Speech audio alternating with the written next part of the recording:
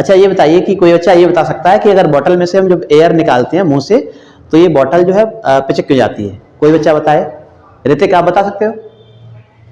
No idea sir. Okay, I will explain it.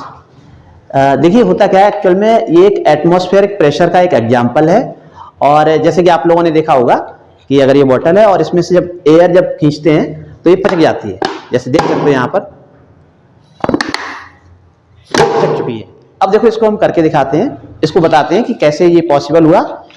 देखो इसमें science का एक बहुत गजब का कॉन्सेप्ट है।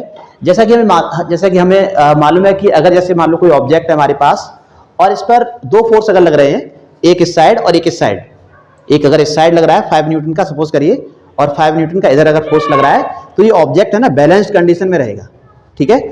अब देखो यही वाला कॉन्सेप्ट कुछ इसमें लगता है। देखो होता क्या है कि हमारे चारों तरफ जो एयर होती है उसका एक प्रेशर होता है जिसको हम बोलते हैं एटमॉस्फेरिक प्रेशर। बेसिकली ये एग्जांपल जो है एटमॉस्फेरिक प्रेशर का ही है। अब देखो इसमें होता क्या है कि जब हम बॉटल से एयर जब सक करते हैं, खींचते हैं अपने अंदर, तो बॉटल के अंदर जो एयर रहती है, जब तक एयर ये पहले से बॉटल में भरी हुई थी तब तक क्या था, बेसिकली बॉटल के अंदर भी प्रेशर लग रहा था, इस तरीके से एयर का प्रेशर लग रहा था, और उसी सेम तरीके से बॉटल के बाहर भी एयर का प्रेशर लग रहा था। और ये दोनों प्रेशर इक्वल थे।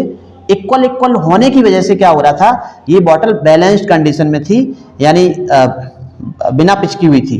अब हमने क्या काम किया, इस बॉटल में से एयर को हमने बाहर निकाला, और जैसे ही एयर बाहर निकालेंगे, जैसे ही हम एयर बाहर निकालेंगे तो यहाँ से एयर जब बाहर चली जाएगी तो यहाँ वाला प्रेशर हट जाएगा, और जब यहाँ वाला प्रेशर जब हट जाएगा तो सिर्फ बाहर वाला प्रेशर रह जाएगा, और जो बाहर वाला प्रेशर होगा एयर का वो क्या काम करेगा, वो उस बॉटल को प्रेस कर देगा, दबा देगा। और ये एक परफेक्ट एग्जांपल मान सकते हैं एटमॉस्फेरिक प्रेशर का। हालांकि ये हमारे ऊपर भी लगता है, लेकिन हम लोगों को ये